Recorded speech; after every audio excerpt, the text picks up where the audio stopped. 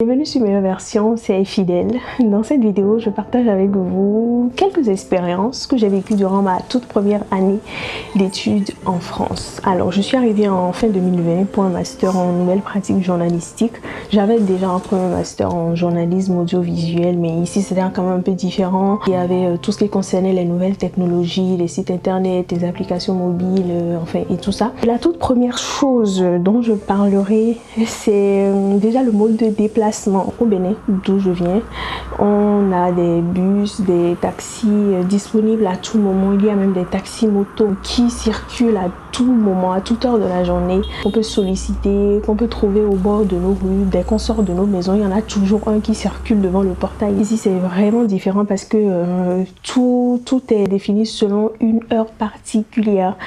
Et donc, il faut s'organiser autrement. Aller à l'arrêt de bus ou à l'arrêt de tram à une certaine heure pour pouvoir avoir le bus, et qu'on le rate, le prochain vient dans une, je sais pas, une dizaine, une trentaine de minutes ou plus, en fait, en fonction de chaque ville. Je me rappelle bien un de ces jours où je m'étais réveillée plus tard que d'habitude et j'étais sûre que j'avais raté le tram. J'ai réveillé mon frère qui m'a dit que je pouvais avoir un bus mais qu'il fallait prendre un raccourci. Il a enfilé ses chaussures et il a dit après toi on va courir. Ce jour-là, je ne sentais plus mes jambes, je sentais que mon cœur allait sortir de ma poitrine, mais je courais comme jamais auparavant parce qu'il fallait rattraper le bus qui était déjà en circulation. Donc on est allé à quelques arrêts plus loin pour pouvoir l'avoir et pour que moi je puisse prendre mon train et puis voilà, faire mon trajet pour aller à la fac. Je peux pas me permettre d'arriver en cours en retard, quoi, parce que je serais la seule à venir en retard. Tout le monde serait déjà là avant et je ne voulais pas donner cette image de moi. J'habitais quand même un tout petit peu loin de la fac, donc il fallait quitter la maison avant 6 heures pour être à l'heure. Sur le chemin du retour, je faisais les devoirs ou les recherches et tout ça, ou soit je dormais pour une fois à la maison travailler. Donc ça dépendait de comment je m'étais réveillée ce jour-là. Et c'est vraiment durant ces périodes-là qu'on perd beaucoup d'amis du pays parce que les gens ne comprennent pas forcément ce que vous vivez. En fait, ils savent pas que vous êtes dans les transports, que vous êtes fatigué, que vous êtes en train de courir. Et parfois, il y a des gens, même quand on leur explique, ils ne comprennent pas. C'est aussi durant cette période qu'on demande aux gens d'aller vraiment à l'essentiel. Quand quelqu'un met bonjour, et attend que vous répondiez bonjour, qu'il met comment vas-tu, et attend que vous répondiez, vous savez juste que vous n'avez plus le temps pour ça. Et quand c'est une personne vraiment avec qui vous avez l'habitude de discuter, avec qui vous avez de bons rapports, vous essayez juste de lui dire, s'il te plaît, va à l'essentiel. Surtout quand on vient d'arriver, c'est très difficile de pouvoir cumuler beaucoup de choses à la fois. Mais on se rend compte aussi que ce sont les amis et la famille qui quand même d'un côté permettent d'avoir l'équilibre, parce que ici c'est très compliqué de se faire des amis. Je sais pas si le Covid a aussi eu un impact parce que chacun reste dans son coin, chacun reste dans sa chambre derrière sa porte et donc c'est plus facile de se faire des amis au Bénin, d'avoir rapidement des gens avec qui sortir, des gens qui vous montrent des choses et tout ça qu'ici. Peut-être que c'est en fonction aussi des endroits où on se trouve. Mais généralement, la relation s'arrête là où elle a commencé. En fait, parfois, vous êtes juste camarades de classe. Quand vous sortez de la classe, vous ne vous connaissez plus. Parfois, vous pouvez même ne pas voir vos voisins pendant 1 an, pendant 2 ans, alors qu'ils sont dans l'appartement juste à côté. Je pense que c'est la raison pour laquelle les personnes qui sont à l'étranger, pendant qu'ils sont en chemin, ont souvent des appels où ils discutent avec des gens. Je pense que c'est vraiment une chose qui leur permet de garder l'équilibre. Le deuxième point que je vais aborder, c'est qu'en fait, on ne se comprenait pas. Régime parlementaire, ce qui suppose un aménagement des rapports entre les gouvernants et les gouvernés. La source institutionnelle de la Ve République. Je ne sais pas comment vous l'expliquer, mais on ne se comprenait pas. Alors, moi, j'ai fait des émissions à la télé, j'ai fait des émissions à la radio, j'ai donné des interviews, j'ai voyagé, j'ai toujours communiqué avec des gens, mais je n'arrivais pas à comprendre que je sois dans une classe, que je parle et qu'on ne me comprenne pas.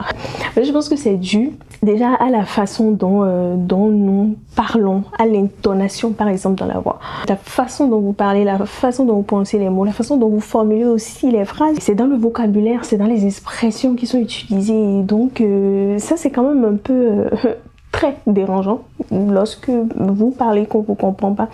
Je sais que j'ai un camarade de classe qui servait de traducteur, qui essaie de reformuler mes phrases parfois quand je parlais en classe, qui disait en fait Fidèle veut dire telle et telle chose.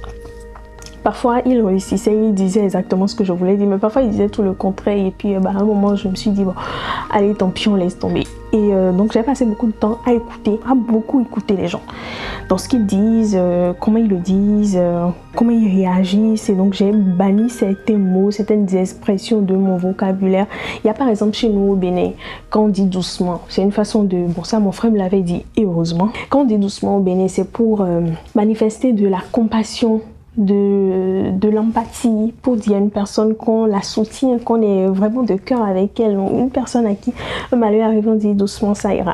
Ici, ça ne veut pas dire ça ira, ça veut dire tout le contraire. Ça veut dire mais oh là, mais qu'est-ce que tu fais, ou qu'est-ce que tu fabriques, ou qu'est-ce que tu fous. Au fond, votre intention est de témoigner de l'affection, mais pour les gens, c'est que vous êtes en train de leur manquer de respect ou de les insulter en retour. Vous voyez un peu ce que je veux dire. Il y avait aussi que je me suis rendu compte que les gens disaient beaucoup du coup ici, et je ne veux pas être une du coup, quoi, une madame du coup qui dit du coup pour tout et en toute chose. J'ai vraiment fait l'effort. Aujourd'hui encore, je dis du coup, il m'arrive souvent de dire du coup, mais j'essaie quand même de façon consciencieuse de remplacer ça par une expression ou par un mot ou voilà, autre chose. Et quoi d'autre? Souvent, quand les gens font des choses, ils disent oh là, je suis bête, oh là, je suis fou. Moi, avant, je disais mais non, t'es pas bête, t'as juste fait une erreur. Et puis, je me suis rendu compte que non, en fait, c'était juste une façon de parler. Et donc, quelqu'un dit qu'il est con, qu'il est bête, et ben, je le laisse.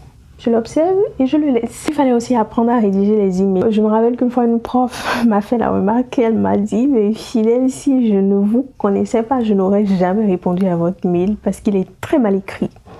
Et c'est ce jour-là, heureusement qu'elle me l'a dit d'ailleurs, parce que c'est ce jour-là que j'ai vraiment pris conscience de la façon dont je rédigeais les mails et que j'ai essayé, voilà, essayé de mieux rédiger, essayer de mieux faire. Et je sais que pendant 2 semaines, j'allais en cours et je comprenais pas ce que les gens disaient. Parce qu'il y avait des sujets qu'ils abordaient. C'est comme si vous prenez un étudiant français, que vous l'emmenez faire des études au Bénin, et que vous lui parlez d'un événement marquant qu'il y a eu au Bénin en 1990 ou même en 2020, en 2021 à côté. Même s'il est féru de l'actualité, même s'il est calé sur plein de sujets, il y a des choses qui ne l'ont pas intéressé, il y a des choses qu'il ne connaît pas et que toute la classe peut connaître, qui n'était pas sa préoccupation en fait à cette époque. Et donc c'était pareil, les gens parlaient de plusieurs sujets qui les avaient marqués. Tout de suite j'avais un Mac, il fallait concevoir une application mobile, il fallait tout de suite faire plusieurs choses auxquelles je n'étais pas habituée. Donc il fallait du temps pour apprendre à faire ces choses-là. Si vous venez d'arriver et que vous galérez, que ce soit en France, que ce soit dans un tout autre pays, que vous galérez au début, je vous dis juste que c'est normal. C'est tout à fait normal parce que il vous faudra du temps et donnez-vous du temps. Soyez patient avec vous-même et donnez-vous du temps pour apprendre, pour comprendre et ça ira. L'autre chose, ce sont les repas. Moi, je connaissais pas les plats. Je connaissais pas ce que les gens mangeaient. Vous imaginez, vous entrez dans une grande salle ou un grand resto, il y a plein de choses qui sont étalées là et on vous dit qu'est-ce que vous voulez. Si vous regardez, vous jetez un coup d'œil qu'il n'y a pas de nom, enfin, vous savez pas ce que c'est, vous savez clairement pas ce que c'est. On vous dit bon, qu'est-ce que vous voulez, qu'est-ce que vous répondez. Généralement, moi je disais je veux ça. Et ça, non, pas ça, mais ça. Et parfois, je lisais la surprise et l'étonnement sur le regard de la personne qui servait, qui me disait, mais vous voulez vraiment mélanger ça et ça? Enfin, il disait les noms des choses, je disais oui. Il disait, mais pourquoi? Et moi, je demandais, mais si ça ne se faisait pas, on me disait, bah non, vous pouvez pas mélanger telle chose et telle chose. Il faut... Je dis, ok, mais qu'est-ce qu'on peut mélanger? On me disait, ok, bon, je partirai sur ça. Donc j'essayais de retenir ce qu'il y avait de plus simple dans tout ce qu'on me disait et puis je mangeais ça. L'autre chose qui a changé, c'est la température parce que je viens d'un pays chaud et je suis arrivée en plein hiver, donc il faisait froid et ma peau n'a pas bien réagi, mes cheveux non plus, ils comprenaient pas en fait ce qui se passait et donc j'avais des boutons, ma peau était juste bizarre quoi. Ça se voyait qu'il y avait quelque chose qui n'allait pas, que l'organisme essayait de comprendre. Et je me rappelle qu'un jour j'ai vraiment oublié mon manteau à la maison. Même quand j'étais dans le tram, je ne me suis pas rendu compte que j'avais pas de manteau parce que parfois j'étais pas complètement réveillée. Et c'est une fois sur le quai à la gare, quand j'attendais mon train, que je me suis rendu compte que je commençais à avoir froid et qu'en fait non, j'avais pas mon manteau. Et je ne pouvais pas faire demi-tour parce que j'arriverais au coin en retard. Et voilà, j'y suis allée comme ça, j'ai eu froid. Un autre jour, j'étais allée à Paris pour fêter Noël, donc j'étais retournée dans ma ville et mon chauffage ne fonctionnait pas pour je ne sais quelle raison. Et donc mon frère a contacté une famille de l'église qui est venue me chercher et là je leur ai expliqué en fait que j'avais tellement froid aux pieds que j'avais mal. En fait, dans mes baskets, j'avais mal aux pieds. Et c'est là qu'ils m'ont expliqué en fait qu'il fallait mettre des bottes et tout. Bon, moi, je ne le savais pas. Ils m'ont donné des bottes ce jour-là.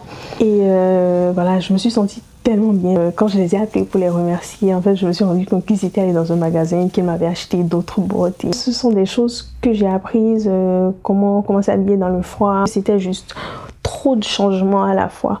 Parfois, quand vous voyez les étudiants étrangers, vous avez l'impression qu'ils ne connaissent pas, qu'ils ne comprennent pas. Mais en fait, c'est que c'est beaucoup de changements en même temps. C'est beaucoup de choses qui changent en même temps, au même moment. C'est beaucoup de choses qu'il faut apprendre en fait au même moment. Apprendre à communiquer avec les gens dans un langage qu'ils comprennent. Apprendre à se déplacer, apprendre à... Même la façon dont on étudie ici, la façon dont on rend les devoirs. En fait, il y a tellement de changements qui s'opèrent en un seul instant. C'est pas qu'ils connaissent pas, c'est pas qu'ils sont pas intelligents, c'est pas qu'ils n'ont pas le niveau. Moi, je me rappelle qu'à un moment, j'ai demandé à être calée en master 1 et le responsable du master, heureusement que j'en ai discuté avec lui, il a pris le temps de m'écouter. Il m'a dit que c'est normal parce que c'est le début et que les débuts sont très difficiles.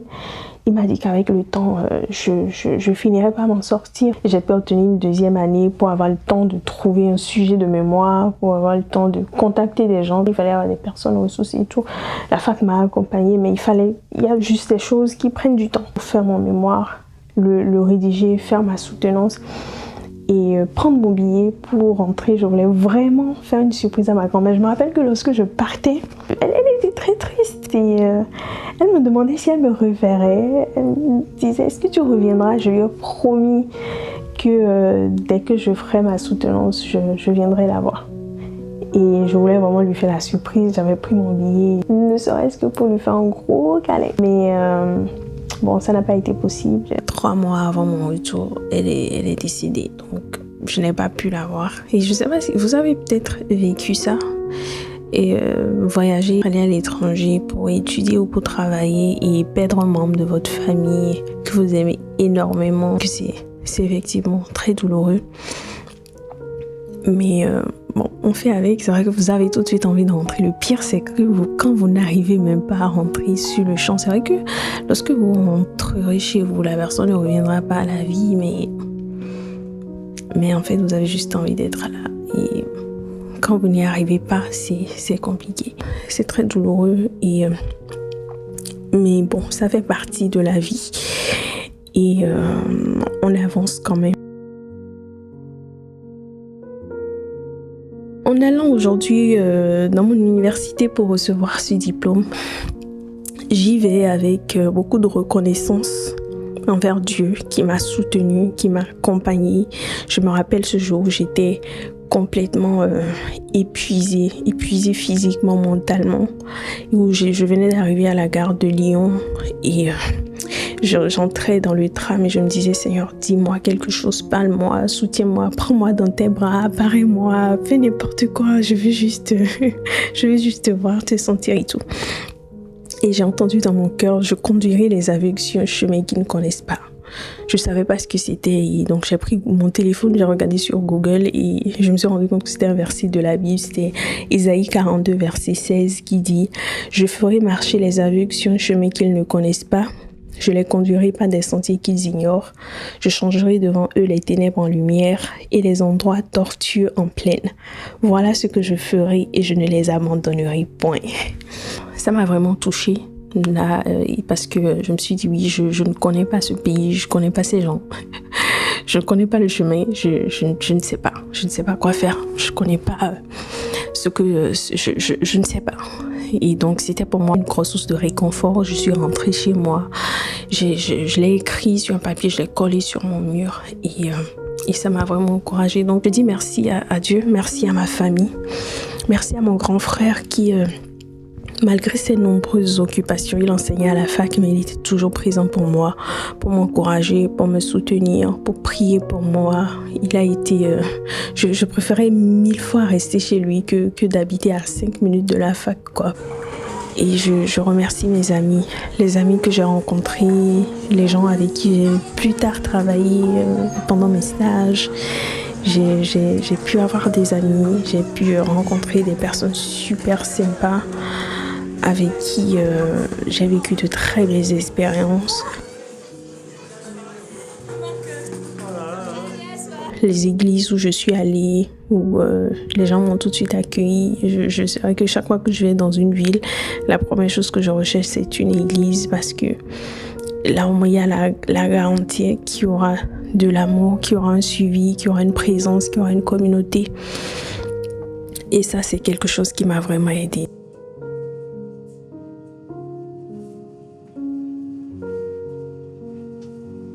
C'est une formation assez difficile.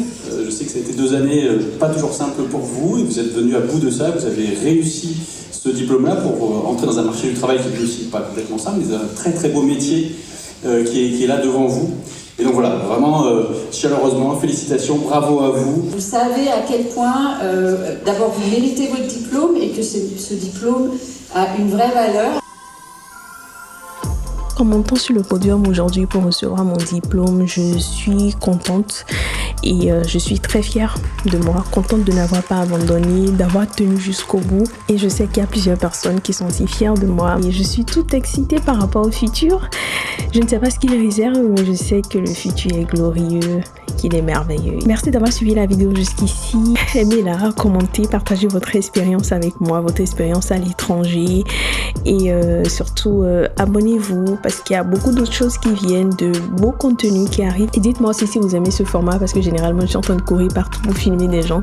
Et si vous voulez parfois que je me pose et que je partage des choses avec vous, j'essaierai de trouver du temps pour le faire. Abonnez-vous et on se dit à très vite pour une prochaine vidéo. Salut!